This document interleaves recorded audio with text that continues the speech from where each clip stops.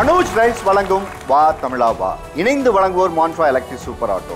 Powered by Periyar Maniammai Institute of Science and Technology. Associate sponsors Sura Publications, VVD Priyam Salt, Officers IS Academy, Kumar Mess, Madurai, Chennai, விரைவில் Tiruchi. Styling partner tailor suit. Jewellery partner Malabar gold and diamonds. இன்னைக்கெல்லாம் யாருங்க ஜாதி பார்க்குறா அப்படின்னு நாம் சொல்கிறோம். ஆனால் வீட்டுக்குள் ஒவ்வொருவருமே சாதி பார்க்கிறார்கள். நான் மொத்தமாக சொல்லலை, அப்படி இருக்கிற சில பேர்களை நம்ம சொல்கிறோம். அப்படி இருக்கிறது தப்பு தானான்னு கேட்டிங்கன்னா தப்பு தான் அப்படின்னு சொல்லக்கூடிய இன்றைய தலைமுறை பிள்ளைகள் இங்கே வந்திருக்காங்க. அதே நேரத்தில் சாதியாக இருப்பது எங்கள் விருப்பம், எங்கள் அடையாளம், எங்களுக்குன்னு தனியாக பழக்க வழக்கங்கள் இருக்குது, சடங்குகள் இருக்குது, அதை யாருக்காகவும் எதுக்காகவும் விட்டு கொடுக்க மாட்டோம் என்று சொல்லும் பெற்றோர்கள் இந்த பக்கம் வந்திருக்காங்க. வா தமிழாவால் இந்த தலைப்பை நோக்கி நாங்கள் ஒரு ஸ்டாண்டை வச்சு இதை டிபேட் பண்ணணும்னு நினைக்கல. இரு தலைமுறைக்கும் உள்ள இடைவெளி என்ன அப்படிங்கிறத பேசணும்னு நினச்சோம், புரிஞ்சுக்கணும்னு நினச்சோம். இன்றைக்கி நாம் பேச இருக்கிற தலைப்பு திருமணத்திற்கு சாதி முக்கியமில்லை என்று சொல்லும் இன்றைய தலைமுறை வெர்சஸ் அதை எதிர்க்கும் பெற்றோர்கள்.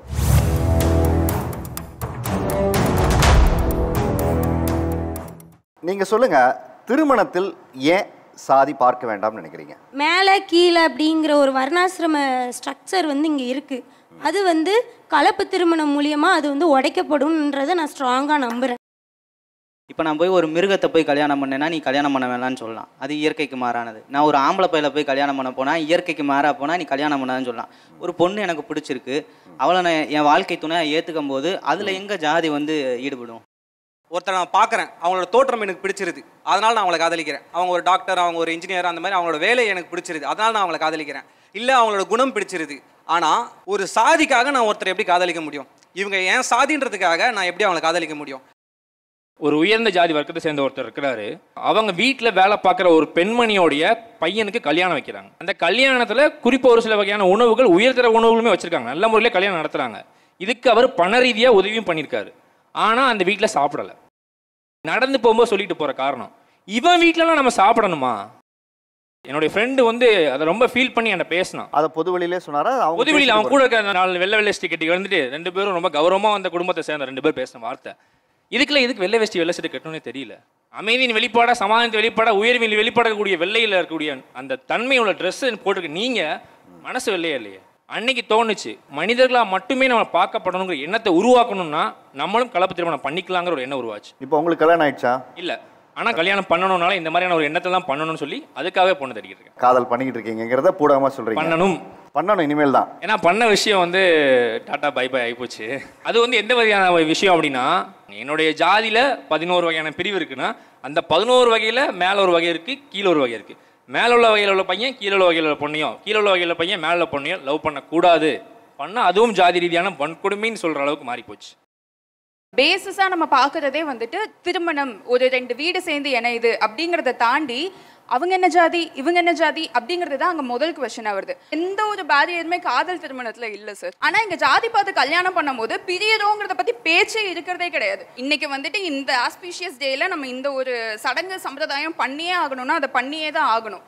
இதே நம்ம சாதி விட்டு சாதி மாதிரி கல்யாணம் பண்ணும்போது குழந்தைங்களை வளர்க்குறதுல இதெல்லாம் உங்களுக்கு தெரியணும், இதெல்லாம் உங்களுக்கு தெரிய வேண்டாம் அப்படின்னு நம்ம நினைப்போம் இல்லையா? நம்ம இந்த சாமியை இப்படிதான் கும்பிடணும், இந்த சாமி கும்பிடுறவங்க கூட எல்லாம் நம்ம பழகலாமே தவிர அவங்க வீட்டுக்கு போறதோ அவங்க கூட அவங்க கோயிலுக்கு போறதோ வேண்டாம்னு சொல்லுவாங்கல்ல. இதெல்லாம் ஒரே சாதியில கல்யாணம் பண்றப்போ இந்த பிரச்சனை எல்லாம் வரும்னு நினைக்கிறேன் சார். நான் சாதி பார்த்து வளர்ந்துட்டேன், என் பிள்ளை சாதி பார்த்து வளர்க்க வேண்டாம்னு நினைக்கிறேன். நான் ஏன் திருமணங்களை சாதி பார்க்கக்கூடாது அப்படின்னா, எங்கள் ஃபேமிலியில் பார்த்தீங்கன்னா எல்லா கசின்ஸ் இருக்காங்க. ஒரு 6-7 பேரில் கிட்டத்தட்ட ஒரு 6 பேர் லவ் மேரேஜ் தான். எங்கள் அக்கா ஒருத்தங்க துபாயில் ஒர்க் பண்ணாங்க, அங்கே பார்த்தாங்க, என் அங்கிளை பிடிச்சது, அவங்க குஜராத்தி. இப்போ நாங்கள் மலையாளி எப்படி பண்ணுவோம்னா என்கேஜ்மெண்ட் பண்ணுவோம் ஒரு டே, அப்புறம் கல்யாணம் பண்ணுவோம். கல்யாணம் மேலகள்லாம் இருக்காது, சிறப்பாக பெரியவங்க வருவாங்க, தாலி எடுத்து கொடுப்பாங்க, அடுத்த நாள் ரிசப்ஷன், 3 நாள் தான். ஆனால் அவங்கள எப்படி பண்ணுவாங்க அப்படின்னா 7 நாள் மெகந்தி சங்கீத் அதெல்லாம் வைப்பாங்க. எங்களுக்கு அதெல்லாம் பார்க்கும் புதுசாக இருந்தது. இப்போ அக்காவோட குழந்தைகள் எப்படி எடுத்துப்பாங்கன்னா எது வேணுமோ எடுத்துக்கலாம். உடையிலேருந்து பழக்க வழக்கங்கள்லேருந்து இதெல்லாம் நீ எடுத்துக்கலாம், வேணும்னா நீ ஒமிட் பண்ணிக்கலாம். இது ஒரு சாதியினரில் காதலிச்சு கல்யாணமோ இவ்வளோ தான் உனக்கு ஒரு ஆப்ஷன் இருக்குது, இதை தான் நீ பண்ணணும், இதுக்கு மேலே நீ பண்ண முடியாது அப்படின்ற மாதிரி ஒரு லிமிடேஷன் இருக்குது. ஆனால் சாதிகளை தாண்டி கல்யாணம் பண்ணும்போது, வேற்று சாதியில் வரும்போது எல்லா லிபரேஷனும் இருக்குது. கலப்பு திருமணம் வரும்போது இப்போது நான் ஒரு வேறு சாதி பெண்ணை கல்யாணம் பண்ணுறேன்னா குழந்தை கேட்குமா அதெல்லாம் ஒன்றும் இல்லைம்மா, இங்கே நிறைய ஆப்ஷன் இருக்குது. குழந்தை என்ன பார்க்கணும், ஓ 2 இருக்கா, எது வேணா எடுத்துக்கலாம், இல்லைம்மா எதுவுமே எடுக்க வேணா விட்டுரு. அது ஒரு பர்டிகுலர் ஜென்ரேஷன் போக போக போக போகனா நிறைய இருக்குது, இது எதுக்கு இந்த இதுதான் விட்டுக்கிட்டு அப்படின்ற மாதிரி ஏதாவது ஒன்று விட்டுடுவாங்க. அது அப்படியே ஒமிட் ஆக ஆரம்பிச்சிடும். அடுத்த தலைமுறைகளில் ஒரு 100-500 வருஷங்கள்ல அது அப்படியே அழிஞ்சு போயிடும். சரி, என் பேர் பூஜா ஸ்ரீ, லவ் பண்ணிட்டு இருக்கேன். லவ் பண்ணிட்டு இருக்கீங்க, சொல்லுங்க நீங்க ஏன் சாதி வேணாம்னு நினைக்கிறீங்க? எங்கள் அப்பா வந்து தஞ்சாவூர் அந்த சைடு, எங்கள் அம்மா சென்னை. எங்கள் அப்பா இங்கே சின்ன வயசில் ஏதோ ஒர்க்காக வந்திருக்காரு, அப்படி பார்த்து லவ் பண்ணியிருக்காங்க, ஓடி போய் கல்யாணம் பண்ணிட்டாங்க. பட் எங்கள் அம்மா வந்து மறைச்சிருக்காங்க, நான் இந்த ஜாதி இல்லை அப்படின்ற மாதிரி மறைச்சி தான் கல்யாணம் பண்ணியிருந்தாங்க. 6 months 8 months இருக்கும்போது தான் அவருக்கு எங்கள் அப்பாவுக்கு தெரிய வருது இந்த ஜாதி தான் அப்படின்ற மாதிரி. ரொம்ப டார்ச்சர் பண்ணியிருக்காரு. ஒரு சின்ன விஷயம், சாமா சரியா கழுவல, நீங்க இந்த மாதிரி ஆளுங்க, அதனால உனக்கு இது தெரியல, நீ வேண்டவே வேணாம் சொல்லிட்டு இன்னொரு இது கூட போயிருக்காரு எங்க அப்பா. எங்க அம்மாவுக்கு வாழ்க்கை போகும்போது 23 வயசு எங்க அம்மாவுக்கு. மொத்தமா 2 பேர் பிரிஞ்ச உடனே என்ன தனியா விட்டுட்டாங்க. நான் மோஸ்ட்லி சின்ன வயசுல எனக்கு நனவு தெரிஞ்சு சொந்தக்காரங்க வீட்டில் தான் வளர்ந்தேன். ஒரு சாப்பாடு சாப்பிட்ணுன்னா அவங்க வீட்டில் நான் வேலை செய்யணும். காலேஜ் படிக்கும் போல காசு இருக்காது, சத்து மாவு கஞ்சி மட்டும் சாப்பிட்டு போவோம் 3 வேளையும். ஒரு மாதிரி தப்பான பேர் வச்சு கூப்பிட்டுருக்காங்க, இவ பொண்ணு தானே இது அப்படி சொல்லிட்டு.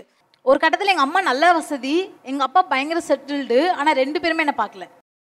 தனியாக இருந்து ஸ்காலர்ஷிப் வாங்கி படித்து இந்த மாதிரி தான் நான் என்னோட டிகிரி முடிக்கிறதுக்கே நான் அவ்வளோ கஷ்டப்பட்டேன்.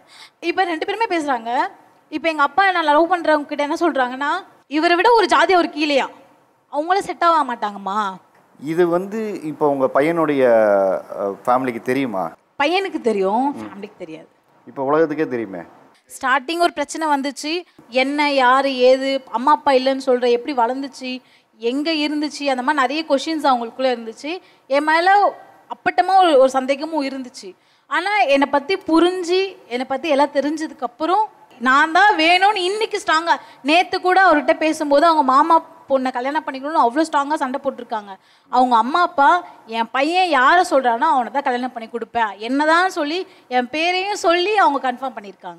நான் இப்போ அண்ணனா உங்களுக்கு சொல்கிற விஷயம் என்னென்னா, எப்படி அம்மா அப்பாவுடைய திருமணத்தில் ஒரு இடத்துல மறைச்சி சொல்லும்போது அது பின்னாடி தெரிய வந்து அது வந்து ஒரு இடத்துல உங்கள் அப்பாவுடைய ஈகோவை டச் பண்ணி அது ஒரு பெரிய பிரச்சனையாகவே உங்களுக்கு போச்சு இல்லையா? அது மாதிரி உங்கள் திருமண வாழ்க்கையில் நீங்கள் யாருன்னு மறைச்சி பண்ண வேண்டிய அவசியமே இல்லை. நீங்கள் யாருங்கிறதுக்காக அவங்க உங்களை கல்யாணம் பண்ணிக்கணும், நீங்கள் என்ன சாதின்னு பார்த்து கல்யாணம் பண்ணிக்கக்கூடாதுங்கிற அந்த எண்ணம் வரணுங்கிறதுக்காக தான் சொல்கிறேன். கண்டிப்பாக இந்த விஷயத்தில் நான் ரொம்ப ஸ்ட்ராங்காக இருக்கேன். நீங்கள் சொன்ன ஸ்டேட்மெண்ட் நான் அக்செப்ட் பண்ணிக்கிறேன். இன்றைய இளைஞர்கள் வந்து ஏன் எங்களுக்கு வந்து சாதி வேண்டாம் திருமணத்தில் அப்படின்னு அவங்க சொல்லிட்டாங்க. ஏன் உங்களுக்கு சாதி வேணும்னு நினைக்கிறீங்க? நாங்கள் பரம்பரையாக எங்கள் தாத்தங்காலத்தில் பாட்டங்காலத்தில் இருந்து ஜாதி உணர்வோட ஜாதியோட தான் இருந்து வாழ்ந்துருக்கோம் இது வரைக்கும். ஆனால் இன்னைக்கு இந்த பிள்ளை சொல்லிச்சு பார்த்தீங்களா, இதுக்கு தான் ஜாதி பார்த்து அவன் ஜாதியில் அவன் திருமணம் பண்ணணும். இப்போ வேற ஒரு ஜாதியில் ஒரு பொண்ணு ஒரு பையனை கல்யாணம் பண்ணுச்சுன்னு சொன்னால் அதோட வாழ்க்கை இதே மாதிரி தான். இதோட போகாது, இது பெற்ற குழந்தைக்கும் இது பாதிக்கும். இன்னார் விட்டு பிள்ளை இவ ஜாதி விட்டு ஜாதி கல்யாணம் பண்ணிட்டு இந்த பட்டத்தை சாகத்துட்டையும் தூண்டிக்கிட்டே இருப்பான். இந்த இடத்துல சொல்கிறேன், அப்படி ஒரு ஜாதி ஒருத்தங்களை இழிவுபடுத்தி ஒருத்தங்களை கீழே தள்ளி மெதிச்சு எனக்கு வேணும்னா அது எனக்கு தேவையில்லை. இவர் சொன்னாலே என் பரம்பரை, அந்த பரம்பரை குப்பை எனக்கு தேவையில்லை. அந்த குப்பையால் நான் படிக்கலை, அந்த குப்பையால் நான் இந்த ஸ்டேஜில் நிற்கல. சொசைட்டியில் பூஜா ஸ்ரீ தான் தெரியுமே தவிர இந்த ஜாதின்னு யாருக்கும் தெரியாது. நீங்கள் வார சலுகையை பூரா நீங்கள் ஏற்றுக்கிறவங்க, ஆனா ஜாதி மட்டும் தேவையில்லை. என்ன தெளிவா நீ சொல்ற, அதை வச்சுதான் இப்ப படிச்சோம்ன்றீங்க. எல்லாருமே ஒரு கணக்கு பண்ணி தான் எல்லாமே செய்யறீங்க. இன்னைக்கு காதல் பண்றவனும் அதை வச்சுதான் பண்ற. அந்த பையன் சொன்னாப்புல, எனக்கு வந்து நல்லா படிச்ச பொண்ணை பார்த்து அதுல வருமானம் வர பொண்ணை பார்த்து கட்டினேன்ட்டு. நாங்க என்ன சொல்றோம், எங்க ஜாதி பெருமையை நாங்க சொல்றோம், நாங்க சாகு வரைக்கும் சொல்லுவோம். நீ என விட்டு என ஏன் போறேன்னு தான் சொல்லுவேன். மாடு கூட அது இனத்துல தான் போகுது. நீ மட்டும் ஏன்டா ஜாதி விட்டு ஜாதி கல்யாணம் பண்ணிட்டு அலைகிற? நாங்கள் கஷ்டப்பட்டு பிள்ளை பெற்று வளர்த்து ஆளாக்கி அதை படிக்க வச்சு காலேஜ் வரைக்கும் கொண்டு போய் இந்த பொண்ணு இப்படித்தான் நம்ம வளர்க்கணும், இப்படித்தான் கலெக்டர் ஆகணும், இப்படி தான் இன்ஜினியர் ஆகணும் எல்லாம் நாங்கள் ஆசை மனசுக்குள்ளே பூட்டி வச்சுருப்போம். இவன் நேற்று வந்தவன் ஈஸியாக அப்படியே தட்டிட்டு போயிடுவான். இதெல்லாம் ஆகக்கூடாதுன்னு தான் நான் சொல்கிறேன். எருமை மாடு கூட சேருதில்ல, மனுஷன் கூட தான் சேர்றான். இங்கே பாரு, எருமை மாடு தான் சொல்கிறோம், பசு மாடு தான் சொல்கிறோம். மனுஷன் மட்டும் ஏன் ஜாதி விட்டு ஜாதி கல்யாணம் பண்ணி ஏன் ஆசைப்படுற? நீ நீ மனுஷன் தானையா, உன் ஜாதியில பொண்ணு இல்லையா? ஏன் பதட்டப்படுறீங்க, பயப்படுறீங்க? பொறுமையா பேசுங்க. இங்க யாராவது கத்தணுமா? இங்க யாராச்சும் பதட்டப்படாம பேசுங்க. முன்ன இருக்கிற பெரியவங்க பேசுறாங்க கத்துறாங்கன்னா பின்னாடி எவ்வளோ விளைவுகள் இருக்குன்றது அவங்க ஆழமா ரத்தத்துல பதிஞ்சு அந்தது இவங்க புரிஞ்சுக்கிற ரத்த ஓட்டம் யாருக்குமே கிடையாது. இப்போ நீங்கள் லவ் பண்ணிட்டு கல்யாணம் பண்ணிட்டு போறீங்க, உங்கள் வாழ்க்கையில் ஒரு பெரிய பிரச்சனை இருக்கும். உங்கள் பக்கம் உறவெல்லாம் போயிடும், அந்த பக்கம் உறவெல்லாம் போயிடும். அந்த மாதிரி பெரியவர் ஒருத்தர் சொல்லுவார், ரே 1008 இருக்கட்டும்டா, நம்ம கிளையில பிறந்த பொள்ளடா, அந்த வீட்டு பொண்ணுக்கு வாழ்வு கொடுங்கடான்னு பேசுவாங்க. ரத்த ஓட்டத்தில் சம்பாதிக்கிற வயசுல இருக்கிற வேகம் பெரிய கஷ்டம் வரும்போது வராது சார். அவங்க தான் பாதுகாப்பு கொடுப்பாங்க. பார்க்கறதுக்கு தான் சார் பெரிய மீசை வச்சுன்னு இருப்பாங்க. அந்த பிள்ளைக்கு சின்ன வயசுல வர்ற வியாதியோ மன கஷ்டமோ துயரமோ எது வந்தாலும் அவர் அப்படியே கொலைஞ்சிருவார். அம்மா அப்பா ஜாதி கொடுத்த பாதுகாப்பின் பேர்ல நான் இங்க வாழ்ந்துட்டு இருக்கேன்னு சொன்னீங்களே, சத்தியமா அது கிடையாது. நானும் இங்க இருக்கக்கூடிய அரசியலமைப்பு சட்டமும் தான் எனக்கு பாதுகாப்பு கொடுத்தது. எல்லா உயிரினங்களையும் மக்களையும் பாதுகாக்கிறதுக்கான ஒரு சட்ட வரைவுரையை ஆனால் அம்பேத்கர் நமக்கு எழுதி ஒன்று கொடுத்துருக்காரு இல்லையா, அது நம்மளை பாதுகாக்கலையா அந்த சட்டம்? அப்போ எதுக்கு இந்த நாட்டில் சட்டம், எதுக்கு இந்த நாட்டில் வரைமுறை, எதுக்கு கோர்ட்டு, எதுக்கு போலீஸ் ஸ்டேஷனு? ஒரே சாதியில் பிறந்திருக்காங்க, அண்ணன் தம்பிக்குள்ள பிரச்சனை, சொத்து பிரச்சனையை சட்டப்படி தீர்த்துப்பீங்களா, சாதி விதியாக பேசி தீர்த்துப்பீங்களா? சொந்தத்தில் கல்யாணம் பண்ணி கொடுத்துட்டான் ஆனால் பிள்ளைய அடிக்கிறான் அப்படின்னா சட்டத்தை நோக்கி தான் போகிறோம். அப்போது அன்றாட பிரச்சனை வரும்போது சட்டம் உங்களுக்கு பாதுகாப்பாக இருக்கா, அங்கே சாதி பாதுகாப்பாக இருக்கா? அதுக்கு பதில் சொல்லுங்க. எங்கள் சாதி பாதுகாப்பு இருக்கும் சார். எங்கள் ஆப்ப நாட்டுக்கு ஒரு கல்ச்சர் இருக்குது. என் பிள்ளைய நான் பாதுகாக்கணும். நான் 3வது தலைமுறை என் ஜாதியை கல்யாணம் பண்ணியிருக்கேன். 4வது என் பொண்ணு கல்யாணம் பண்ணணும். நம்ம சாப்பிட்ற சாப்பாட்டுலேருந்து கடைசியில் இறக்கும் போதோட ஒரு சடங்கு சம்பிரதாயம் இருக்குது. வேறு ஜாதியில் கல்யாணம் பண்ணி போனால் நாளைக்கு பிரச்சனை வருது. நாளைக்கு ஒரு பிள்ளையை கொடுத்துட்டு போயிட்டானா நடு ரோட்டில் நிற்குது. இதே நாங்கள் பெரிய மனுஷன் பார்த்து கட்டி வச்சோம்னா அது நம்ம புள்ளப்பா, என் ஜாதியிலே ஒரு பையனை தாலி கட்டுறான்னு கட்டுவான். அவங்க அப்பா விட்டுட்டு போனார், பல பிரச்சனை சந்திச்சுன்னு சொன்னாங்க. அந்த பாதிப்பு வரக்கூடாது, ஒரு பெண் பாதிக்கப்படக்கூடாது. அதனால தான் எங்கள் ஆப்ப நாட்டில் எங்களுக்குன்னு ஒரு கொள்கைன்னா நாங்கள் ஜாதியை பிடிச்சிருக்கிறோம். சுயஜாதி பற்று பல ஜாதி நப்பு. அந்த தம்பி சொன்னாப்புல யாரும் சாப்பிட மாட்டுறாங்கன்னு. இன்றைக்கி அரசியல்வாதி பெரும்பாலும் போனால் மொய்க்கு அவர் கொடுத்துட்டு போகிறாங்க. நான் சாப்பிட்றேன் சார், என் நம்பர் வீட்டுக்கு போனேன், அண்ணாந்து பார்த்தா டாக்டர் அம்பேத்கர் படம் இருக்கும், நான் சாப்பிட்டு வரேன். அது மாதிரி ஒரே ஜாதியில் வெட்டுனா ஒன்றும் இல்லை, மாட்டு ஜாதிக்குன்னா ஆவண கொலைன்னு சொல்கிறாங்க. அது மட்டும் ஏன் அப்படி சொல்கிறாங்க? ஆணவ கொலையா? ஆணவ கொலை. இங்க பெரும்பாலான ஆணவ கொலை எப்படி நடக்கு? பெண் இடைநிலை ஜாதியா இருப்பாங்க, ஆண் தாழ்த்தப்பட்ட ஜாதியா இருப்பான். அப்போ இங்க ஆணவ கொலை நடக்கு. அந்த பிள்ளைகளை படிக்க கூட விட மாட்டாங்க. அது விட்டா அதுவே வளரும். எங்களுக்கு சுயமாவும் முடிவெடுக்க தெரியும். அந்த திறனை கட்டுப்படுத்தி வைக்கிறது இவங்க தான். என்னமோ இவங்க தான் இந்த ப்ரொடெக்ஷன் கொடுக்குற மாதிரி. ஏன் கல்யாணத்துக்கு அப்புறம் ப்ரொடெக்ஷன் கொடுக்க வேண்டியதானே? புருஷன் அடிச்சுலாம் விடுவான், இவங்க தான் பார்த்துக்கிட்டு இருப்பான். அப்படிதாம்மா இருக்கும், கல்யாணம்னா அப்படிதான் இருக்கும் அப்படின்னு சொல்லி இவங்க தான் பேசுவாங்க. பெண்களை முதல்ல போக பொருளாகவும் சொத்தாவும் பார்க்கறத முதல்ல நிப்பாட்டுங்க, சரியா? சும்மா எனக்கு கோவமா வருது, எதை ஏசி விட்டுருவேன். நாங்கள் சொல்றத கேளுங்க. வாழ்ந்து அனுபவிச்சுட்டு நல்ல நிலையில இருக்கிறவன் சொல்றேன், கெட்டு போனவன் சொல்லலை. என் அத்தை மகள் பாக்கியலட்சுமின்னு பேரு. இது நாள் வரையில கோவிச்சு விரல் பட்டதில்லை. நாங்கள் ஒரு முரட்டு சாதினோட சொல்லலாம். அவங்களுக்கு 15 வயசு, எங்களுக்கு 23 வயசுல தான் கல்யாணம் முடிஞ்சிச்சு. முதல்ல காதலுக்கும் காமத்துக்கும் வித்தியாசம் தெரியணும். உங்கள் ஜென்ரேஷன் தான் சார் இந்த ஒரு வார்த்தைக்கு வித்தியாசமே தெரியல. அதனால சார் 15 வயசில் கல்யாணம் பண்ணி வச்சுருக்கீங்க. ஒரு பெண்ணோட பருவ வயசே தெரியாமல் 15 வயசு 12 வயசுல நீங்கள் தான் சார் கல்யாணம் பண்ணி வச்சுருக்கீங்க. உன்னைய பெற்றது நான் தானே, உன்னைய படிக்க வச்சது நான் தானே, உனக்கு சோறு போட்டேன்ல, உனக்கு துணிமணி எடுத்து கொடுத்தேன்லப்பா, இல்லை ரோட்டில் விட்டேனா? அந்தந்த டயத்துக்கு சட்டி போடையில் சட்டி எடுத்து கொடுத்தேன், பேண்ட்டு போடையில் பேண்ட் எடுத்து கொடுத்தேன். இது வரைக்கும் நீ போட்டிருக்க, கழுத்தில் போட்டிருக்க சங்கிலி வரைக்கும் நான் தான் எடுத்து கொடுத்தேன். நீ படிச்சிருக்க பட்டம் வரைக்கும் நான் தான் வாங்கி கொடுத்தேன். பொண்ணு மட்டும் நான் பார்க்க மாட்டேனா உனக்கு? எங்கள் அம்மா என் ஜாதியில தான் கட்டி வச்சுச்சு. எனக்கு என் புருஷனுக்கு 1000 சண்டை வந்துச்சு. இந்த மண்டையை உடச்சு விட்டாரு, கையை உடச்சு விட்டாரு, இந்த கால் அடிபட்டுச்சு, எல்லாமே நடந்துச்சு. ஆனா என் புருஷன் என்னை விட்டு போல. இதுக்கு தான் ஜாதியில கல்யாணம் முடிக்கிறது. உனக்கு விருப்பம் இல்லாம தலையாட்டி பொம்மை மாதிரி நீ கல்யாணம் பண்ணனால தானே இவ்வளவு கஷ்டம். நீயே சொல்ற மண்டை உடைஞ்சிச்சு, கை உடைச்சாங்க, கால் உடைச்சாங்கன்னு சுயஜாதியில தானே கல்யாணம் பண்ண. அப்புறம் எதுக்கு நீ புலம்புற? விருப்பப்பட்ட வாழ்க்கையை கட்டி இருந்தேனா வயிற்ற தள்ளிக்கிட்டு கையில ஒண்ணு வயிற்றுல ஒண்ணு வந்துட்டு ரோட்ல விட்டுருப்பேன். ஏன் உங்க ஜாதியில கல்யாணம் பண்றவங்க பிரசவமே ஆறுது இல்லையா? இது வரைக்கும் என் புருஷன் கௌரவமா வண்டி 3 வண்டி வச்சு ஓட்டிட்டு இருந்தவரு இப்ப மம்படி வேலைக்கு போய் என்ன உட்கார வச்சுட்டு சோறு போடுறாரு. அதான்டா அந்த ஜாதிங்கிறேன். அப்புறம் இதுக்கு 3 தடவை டைவர்ஸ் கொடுக்கறதுக்காண்டி போலீஸ் ஸ்டேஷன் போனேன். இருந்த வண்டி வாகனம் எல்லாத்தையும் வித்து பிச்சைக்காரனோட மோசமா நின்னோம். படிக்கிறது காசு இல்லாம கடை வாங்கி நின்னோம். எங்க உன் ஜாதி ஹெல்ப் பண்ணுச்சு? எங்க உன் ஜாதி நம்மளை தூக்கி நிறுத்துச்சு? கீழே தான் தள்ளுச்சு எல்லாத்துலயும். வயசு வித்தியாசத்துல என்னால அவர் சொல்றதை ஏத்துக்க முடியல, அவர் சொல்றதை நான் ஏத்துக்க முடியல. அந்த 15 வயசுல அந்த முடிவை எடுத்தது யாரு? எங்க அப்பா அம்மா எடுத்தாங்க. அவங்க எடுத்த தவறான முடிவுல நீங்க பாதிக்கப்பட்டது யாரு? நான் தான். எப்படி இருந்தாலும் நான் அவரோட வாழ்வேங்கிற முடிவை நீங்கள் உறுதியாக இருந்தனால தான் இத்தனை அடி வாங்கி இத்தனை மாதிரி கை காலை உடச்சிட்டு கூட அவரோட வாழ்ந்தீங்க. இதே நிறைய பெண்கள் இன்னைக்கு இந்த மாதிரி ஒரு சூழலை வாழ முடியுமா? அவங்க பேசுகிறாங்க, நாங்கள் வந்து ஜாதி விட்டு ஜாதி கல்யாணம் பண்ணால் பரவாயில்ல, நாங்கள் வந்து அது ஒரு புரட்சியாக பண்ணுறோம் அப்படின்லாம் சொல்கிறாங்க. அந்த சைடு இருந்து தான் நான் இங்கே வந்திருக்கேன். ஆக்சுவலாக நான் வந்து கலப்பு திருமணம் தாங்க சார். ஜாதி வேணும்னு வந்ததுக்கு ஒரு காரணம் என்னென்னா, ஒரு ஏக்கத்தில் என் தம்பி பிள்ளைங்களை என் பையனை கட்டணும்னா என் தம்பி கொடுக்க மாட்டோமா. அதே சமயம் நான் ஒரு ஃபங்க்ஷன் வச்சேன்னா ஏதோ ஒரு சில பேர் நம்ம புள்ள அப்படின்னு வரவங்க தான் வராங்க. முக்கியமாக இவங்களாம் வரணும்னு நினைக்கிறவங்க வர்றதில்ல. இதே என் தம்பி ஃபங்க்ஷன் வச்சானா எல்லோரும் வருவாங்க. அந்த இடத்துல எல்லாம் நம்ம ஒரு வேளை நம்ம மாமங்குட்டத்தில் யாராவது கல்யாணம் பண்ணியிருந்தா நம்ம எல்லாம் இவங்களோட இருந்திருக்கலாமோன்னு நினைக்கலாம். ஆனால் அவங்களுக்கெல்லாம் நான் ஒன்று சொல்ல விரும்புகிறேன், நீங்கள் சொல்கிறதெல்லாம் சரிதாங்க, நாம் தான் நான் அடுத்த தலைமுறையை கண்டிப்பாக மாற்ற முடியும். பட் அந்த ஒரு 10 வருஷம் ஆயிரும். நீங்கள் வந்து ஒன்றுக்கு ஒன்று புரிஞ்சு இந்த சமுதாயத்தரும் அந்த சமுதாயத்தரும் எல்லாம் ஒன்று சேர்ந்து பழையபடிக்கு மாமன் மச்சான் எங்கள் அக்கா பொண்ணுன்னு சேர்ந்து மறுபடியும் அந்த ஒரு சூழலை கொண்டு வரதுக்கு ஒரு 10 வருஷம் ஆயிரும். அந்த 10 வருஷம் வரைக்கும் நீங்கள் தாக்கு பிடிப்பீங்களான்னு நீங்கள் நினச்சிக்கோங்க. சாப்பாட்டுக்கு கூட வழி இல்லாமல் கஷ்டப்படுவோம். நான் தலைச்சம் பண்ணு எங்கள் அம்மா எனக்கு வளகாப்பு பண்ணணுன்னா எப்படியெல்லாம் பண்ணியிருப்பாங்க. நான் வந்து கோயிலில் வேண்டுதல் கட்டுவாங்க இல்லைங்க சார், அந்த வளையல் எடுத்து நானே போட்டுட்டு வருவேன். சில விஷயங்களை நம்ம திருப்பும் நிகழ்த்தவே முடியாது. முதல் முறையாக நம்ம கர்ப்பம் தெரிவித்து நமக்கு ஒரு வளகாப்பு பண்ணணுங்கிற குடும்பம் சுற்றுச்சூழல்லாம் சேர்ந்து ஒன்று பண்ணணுங்கிற ஒரு ஏக்கம் இருந்திருக்கும் இல்லையா? அது நடக்காத போது என்ன மாதிரியான ஒரு மனநிலை இருந்துச்சு சார்? அப்போ பைத்தியம் பிடிச்சிருச்சுங்க சார். அது ரொம்ப கஷ்டமாக இருந்தது. என்னடா நம்ம இப்படி இருக்கிறோமே, ஒரு வேளை இது வந்ததுனால தான் இப்படியா அப்படிங்கிற மாதிரியெல்லாம் அது ரொம்ப மனநிலை ரொம்ப கஷ்டமாக இருந்தது.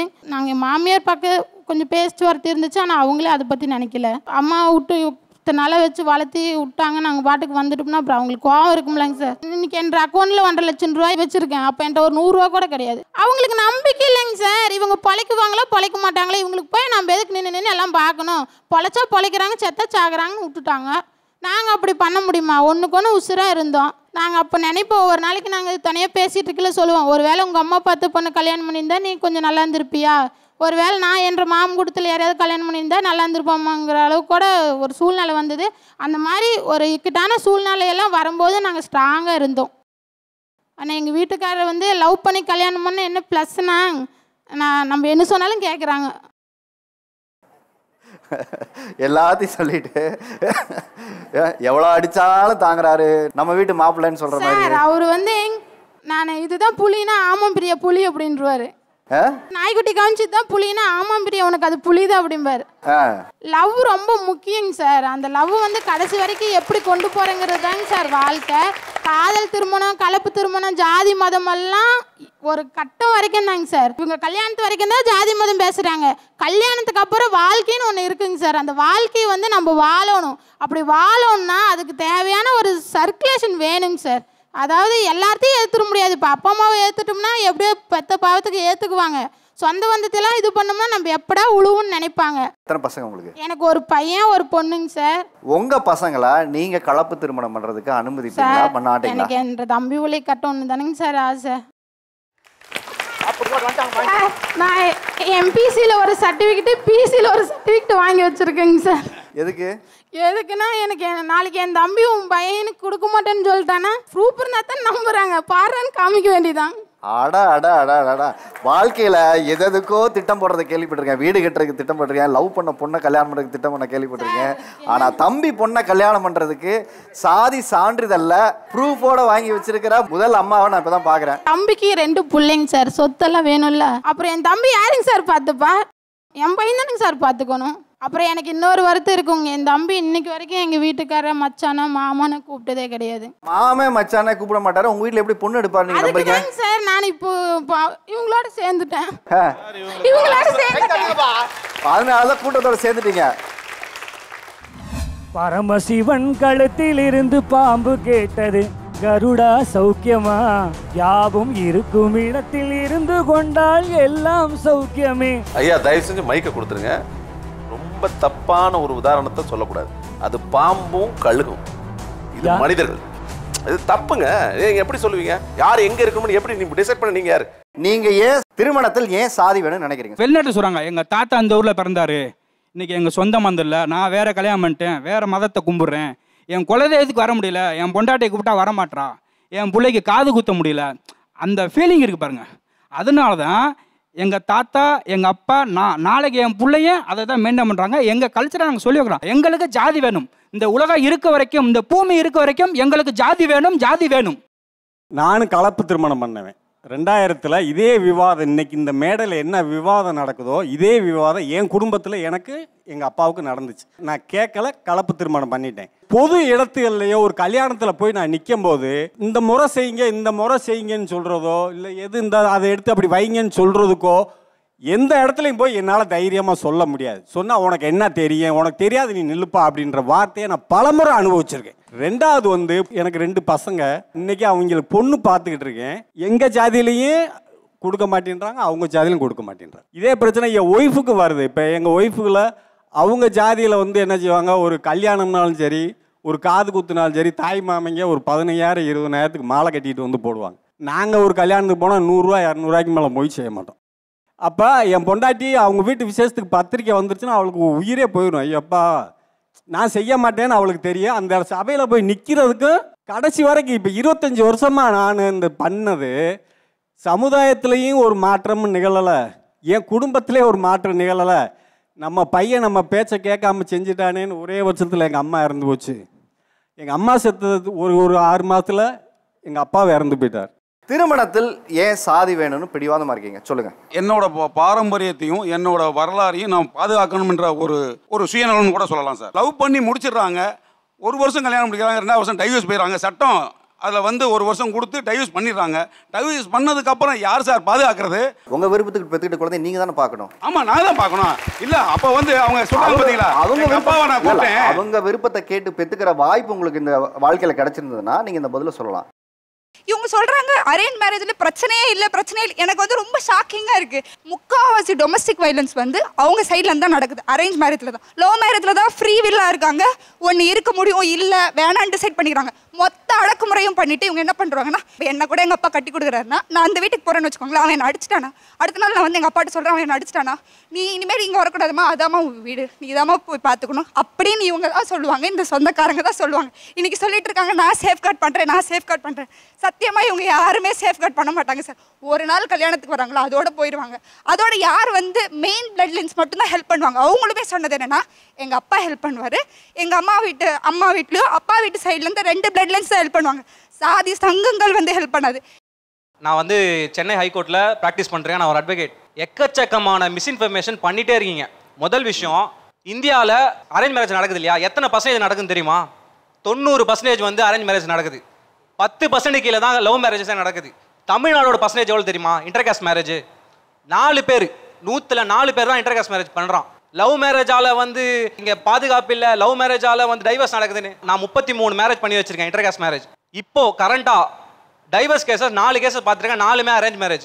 லவ் மேரேஜில் பிரச்சனை வரலையான்னு கேட்டால் கண்டிப்பாக வருது. அந்த இடத்துல நீங்கள் யாருமே அவங்கள பேக்கப் பண்ணலை. இப்போ அவங்க சொல்கிறாங்கல்ல குடும்ப கோர்ட்டில் வந்து அதிகமாக கேஸ் வருதுன்னு.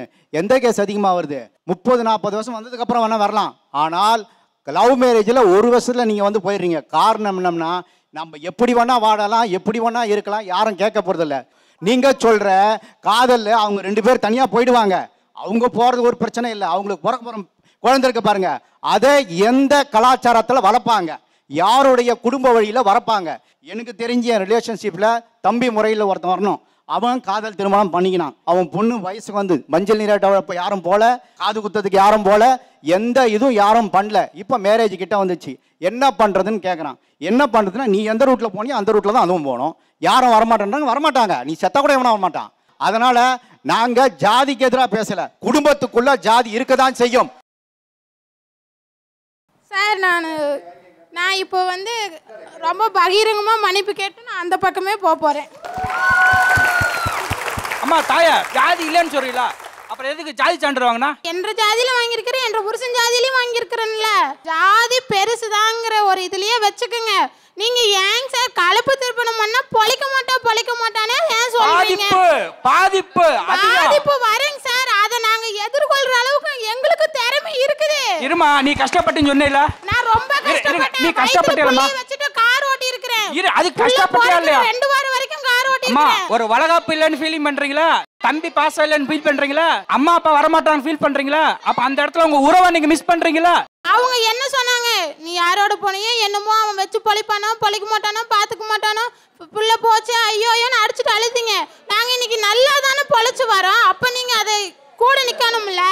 நீங்கள் தப்பிச்சு 10 வருஷம் கழிச்சு நல்லா வந்துட்டீங்க, அதில் மாற்று கருத்து இல்லை.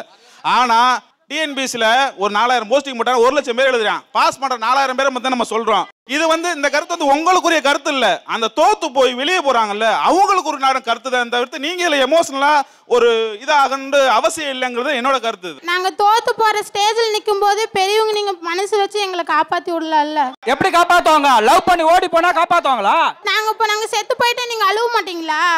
எதுக்கு அழுவ மாட்டீங்களா?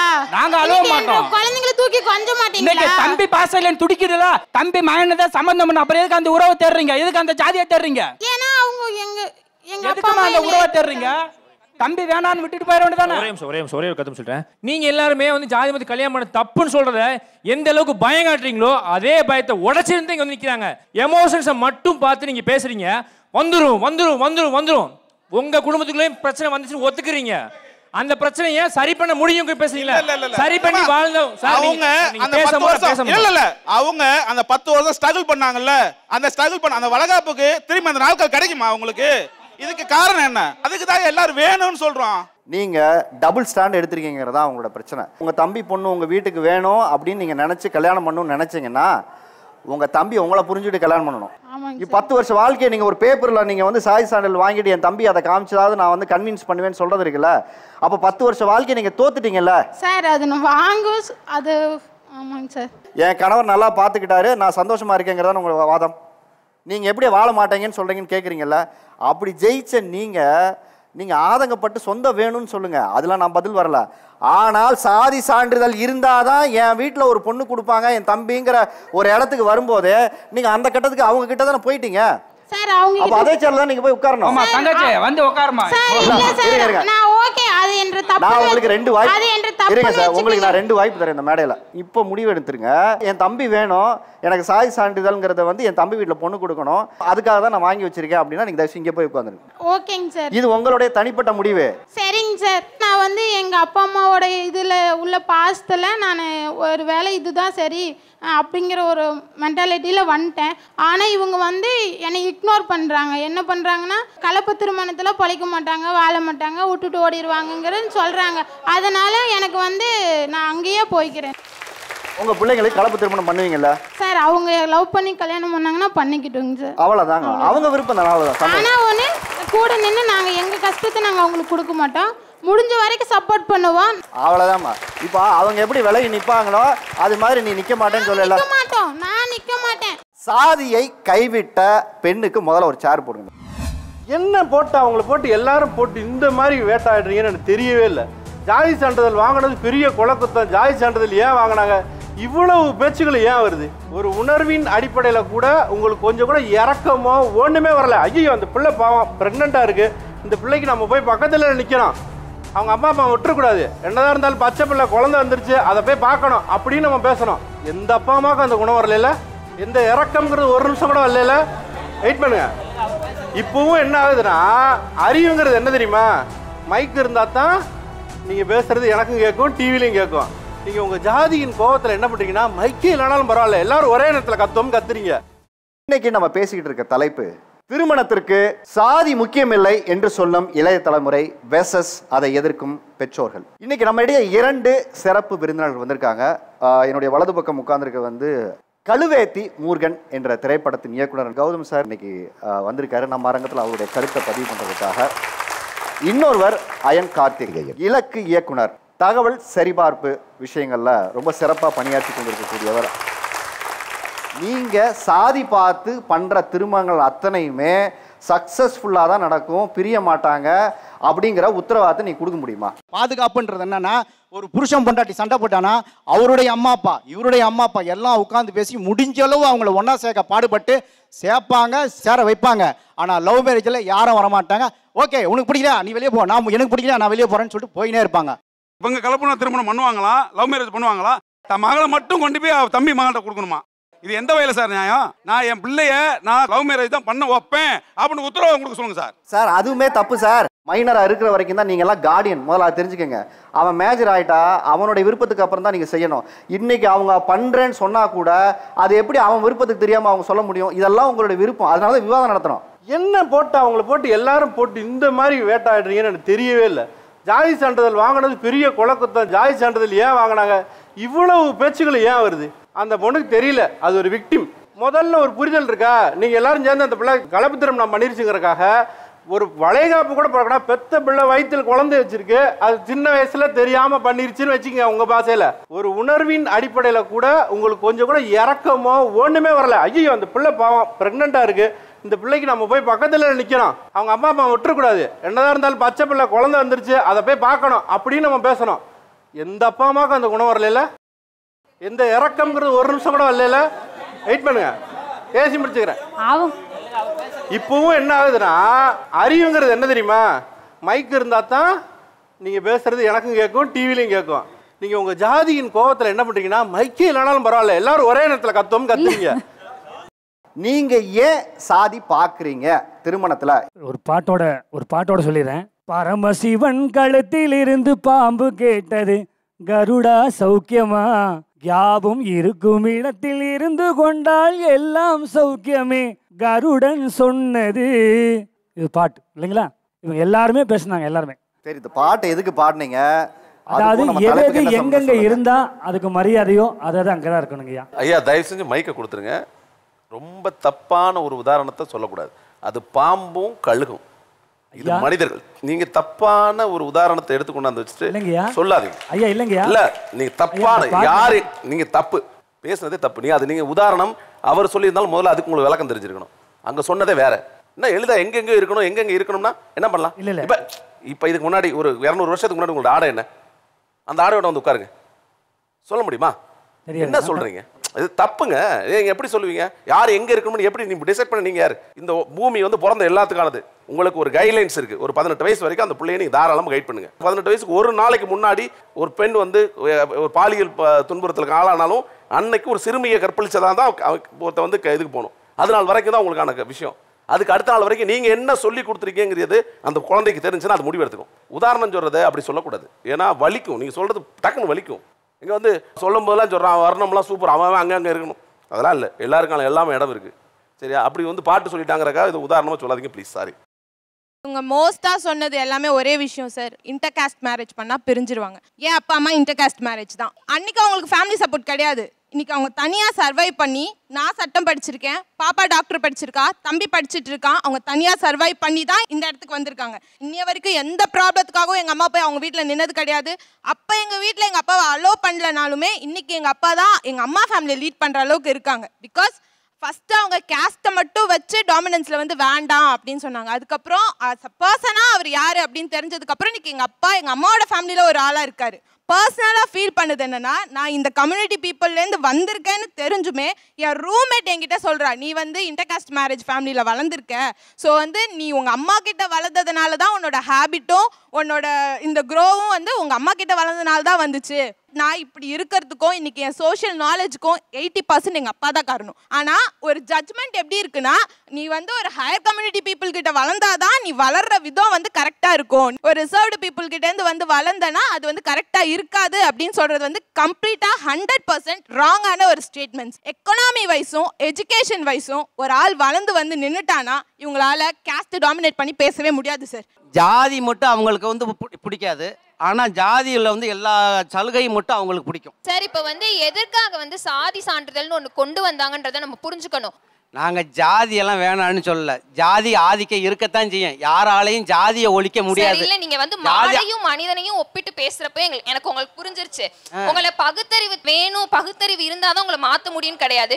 உங்களுக்கு மனித அறிவே கொஞ்சம் இல்லை.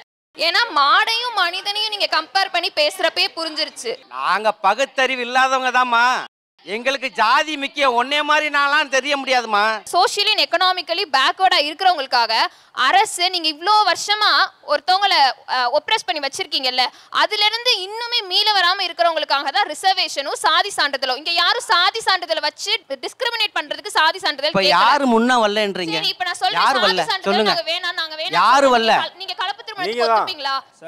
நீங்க தான். ஏன் வரல? நீங்க தான் வரல. சோசியலி எக்கனாமிக்கலி பேக்வர்ட் கிளாஸ்னா யாரு? பின்தங்கியவங்க. தெரியாது. தெரியாம நீங்க ஆன்சர் பண்ண ஆரம்பிச்சிட்டீங்க. பிரச்சனை அதுதான். முதல்ல வந்து இருங்க சொல்லி முடிச்சுக்கிறேன். ஜாதி வேண்டாம், ஆனா ஜாதி நாள் வருகிற பலன் வேணுமான்ற கேள்வியே ஜாதிய மனநிலையின் கேள்விதான். உங்க தாத்தா படிச்சிருந்தாரா? இல்ல, அனுபவ படிப்பு தான் எல்லாமே. அனுபவ படிப்பு தான். நீங்க படிச்சிருக்கீங்களா? இல்ல. உங்க பிள்ளை? என் பையன் 2 டிகிரி முடிச்சிருக்கான். உங்க பிள்ளை படிச்சிருக்கா? என் பையன் 2 டிகிரி முடிச்சிருக்கான். எப்படி? நான் படிக்க விடாம இந்த சமூகம் தடுத்து வச்சிருந்துச்சுன்னா அடுத்த தலைமுறைக்கு எப்படி கல்வி வந்துச்சு? உத்தம ஜாதியே இல்ல, எல்லாம் ஒண்ணுன்னு சொல்லிருங்க. இப்ப நீங்க படிக்காதது தானே? ஆமா. உங்க வயசுக்காரர் ஒருத்தர் படிச்சிருக்காரு, உங்களுக்கு கல்வி மறுக்கப்பட்டிருக்கு, இன்னொருத்தருக்கு கல்வி மறுக்கப்படல. நான் வந்து இப்ப சொல்றேன், எல்லாரும் சமம் சொல்லிடுறேன். படிச்ச அவரும் படிக்காத நீங்களும் ஒரே ஸ்டேட்டஸ் வந்துட முடியுமா? ஏன் வர முடியாது? எல்லாரும் வரத்தையும் செய்வாங்க. எப்படி? வருமானம் தான். இப்போ நீங்க சொல்றீங்களே இவர் படிக்கல, இன்னொருத்தர் அவங்க குடும்ப வறுமை சூழ்நிலை காரணத்தினால இவர் படிக்கல, இவர் வேலை ஆமா சார், அது one of the main reason in India poverty. இங்க இருக்க ஜாதி ஒடுக்குமுறையே இங்க இல்ல, வறுமை மட்டும் தான் இருந்துச்சு மாதிரி பேசாதீங்க. மதுரை சைட்ல இருந்து வந்திருக்கீங்கன்னு நினைக்கிறேன். நடுநிலை பள்ளின்னு ஒரு பள்ளி கேள்விப்பட்டிருக்கீங்களா? எதுக்கு வந்துச்சு? அது ஒரு ஜாதிய ஒடுக்குமுறையை மீட்பதற்காக வந்துச்சு. நீங்க எல்லாம் என்ன நினைக்கிறீங்கன்னா ஜாதி இடஒதுக்கீடு இதெல்லாம் பேசினா உடனே வந்து தலித்துக்கு மட்டும்தான் இடஒதுக்கீடு இருக்குன்னு நினைக்கிறீங்க. அந்த தப்புல இருந்தா எல்லாமே வருது. குற்றப்பரம்பரை சட்டத்தெல்லாம் பாதிக்கப்பட்டது யாரு? நீங்க தானே. உங்களுக்கு கல்வி மறுக்கப்பட்டது குற்றப்பரம்பரை சட்டத்தின் வழியா. உங்களுக்கும் சேர்த்து தான் இடஒதுக்கீடு கொடுத்துருக்கு. உப்பு சுமந்து போனாங்கன்றதுக்காக அவர்களை குற்றப்பரம்பரை சட்டத்தின் வழியாக அடக்குனாங்க. அந்த சமூகம் படிக்கணுமா படிக்கணுமா? ஒரு எதுக்கு இடஒதுக்கீடு இருக்குன்னா சமூக அந்தஸ்து உயரணும். முதல் தலைமுறை தான் படிக்குது. நம்ம படிக்காதனால இந்த பிள்ளைக்கு எப்படி இருக்கும்? ஒரு கலெக்டர் வீட்டு பிள்ளை இருக்கு, அவருக்கு வந்து ஒரு காலேஜ் ஓனர் வந்து ஃப்ரெண்டாக இருப்பார். ஒரு கால் பண்ணி ஹலோ என் பிள்ளைக்கு ஒரு சீட் வேணும்னு கேட்டிருப்பாரு. இவர் ஃபார்ம் எடுத்துகிட்டு போய் நிற்க தெரியாது, ஃபார்ம் எழுத தெரியாது, பிள்ளையே யார்கிட்டயாவது தெரிஞ்சுக்கிட்டு அங்கேருந்து வரணும். இப்போ சமூக அந்தஸ்து இன்னும் இருக்குல்ல, 2000 வருஷமாக படித்தவங்களுக்கான அட்வான்டேஜ் இருக்குல்ல, அது இன்னைக்கு இருக்கும்ல. நீங்கள் ஒரு தலைமுறை படித்தோடனே எல்லாரும் ஈக்குவல் ஆகிட்டாங்க நம்ப முடியாது. ஜாதி இல்லைன்றது அடிப்படை. ஆனால் ஜாதியாக இருந்து மனநிலையிலிருந்து இயங்குறவங்க இருக்கீங்கல்ல, ஜாதி இருக்குன்னு நம்புறீங்கல்ல, அதனால கிடைச்ச அட்வான்டேஜ் எங்கே கழிப்பீங்க? இதுதான் பிரச்சனை. இடஒதுக்கீடும் ஜாதிய கொடுமையும் ஜாதி வந்து வேணான்ற பிரச்சனையும் ஜாதி சான்றிதழையும் சேர்க்கக்கூடாது. சர்டிஃபிகேட் கொடுக்கறது பாதிக்கப்பட்டவர்களுக்கான ஒரு வடிகால். அந்த இடத்துல நம்ம அதை வேணான்னு சொல்கிறோம். கல்யாணம் பண்ணும்போது ஜாதி வேணுன்றோம், மேட்ரிமோனியில் பதியும்போது ஜாதி வேணுன்றோம். உலகத்தில் பெரிய பிஸ்னஸில் ஒன்று என்னென்னா மேட்ரிமோனி. ஷேர் மார்க்கெட்டில் லிஸ்ட்டாக இருக்குது. இப்போ எத்தனை கோடி அதில் புழங்குது பாருங்கள். கொடுமை என்னன்னா, நேற்று சில தம்பிகள் பேசிட்டு இருந்தாங்க, டேட்டிங் ஆப்பில் ஜாதியை அறிமுகப்படுத்திருக்காங்க சார்னு. எனக்கு டேட்டிங் ஆப்பில் எனக்கு அது பெரிய அதிர்ச்சியாக இருந்துச்சு. இப்போ ஜாதியை மறுப்பது அப்படின்றது வந்து முதல்ல அவர்களுக்கு விடுதலை. ஜாதிய கட்ட கலாச்சாரம் பண்பாடு இந்த வார்த்தையை வந்து தொடர்ந்து சொல்லிகிட்டே இருந்தாங்க. எது கலாச்சாரம்னு கேளுங்களேன், யாருக்குமே பதில் தெரியாது. எங்கள் ஜாதி தான் கலாச்சாரம். இவ்வளவு நேரம் பேசினவங்க வந்ததுலேருந்து பார்த்தா எங்கள் கலாச்சாரத்தை காப்பாற்றணும் கலாச்சாரத்தை காப்பாற்றணும்னாங்க. இதே மாதிரி ஒரு கலாச்சாரத்தை தமிழ்நாடு காப்பாற்றணும்னு சொல்லி பேச்சு ஒரு நாள் அதை ஒரு பொண்ணு வந்து எடுத்து கேட்டாங்க. அதான் மாறிச்சு. அந்த கலாச்சாரம் என்ன தெரியுமா? தேவதாசி முறை. முத்துலட்சுமி ரெட்டி தான் கேள்வி கேட்டாங்க. அப்போ உங்கள் வீட்டு பிள்ளை அனுப்பு, எங்கள் வீட்டு பிள்ளை அனுப்ப மாட்டோம். அதற்கு பிறகுதான் அது உடஞ்சிச்சு. குழந்தை திருமண கலாச்சாரம். ஒரு 4 வயசு பிள்ளையோ 6 வயசு பிள்ளையோ கல்யாணம் பண்ணி வச்சுருப்பாங்க. அந்த 5 வயசு பிள்ளை செத்து போகும். இந்த குழந்தைய விதவையாக வச்சுருந்தாங்க. பண்பாடு கலாச்சாரம் சரிங்களா? அந்த ஜாதி என்ன சொல்லுச்சுன்னா திருமணத்தை திரும்ப பண்ணி வைக்க கூடாது குழந்தைக்குன்னு சொல்லிச்சு. இன்னொன்று உடன்கட்டை ஏறதையும் வச்சுருந்தாங்க. உடன்கட்டை ஏற சொல்லிச்சு. கடைசி வரைக்கும் அந்த பொண்ணு வந்து அமங்கலம்னு சொல்லி வீட்டின் ஓரமாக அமர்த்தப்பட்டா. 1 வயசு பிள்ளைய விதவையாக வச்சிருந்த ஜாதி கலாச்சாரம் அதை உடைக்கிறதுக்கு ஒருத்தன் வந்தான், கேள்வி கேட்டான், அங்கே அது உடஞ்சிச்சு. பெரியார் வந்தார், கேள்வி கேட்டார். சமூக சீர்திருத்தவாதிகள் வந்தாங்க, கேள்வி கேட்டாங்க. ஏன்டா மறு திருமணம் பண்ணக்கூடாதுன்னு சொல்லி கேள்வி கேட்டாங்க.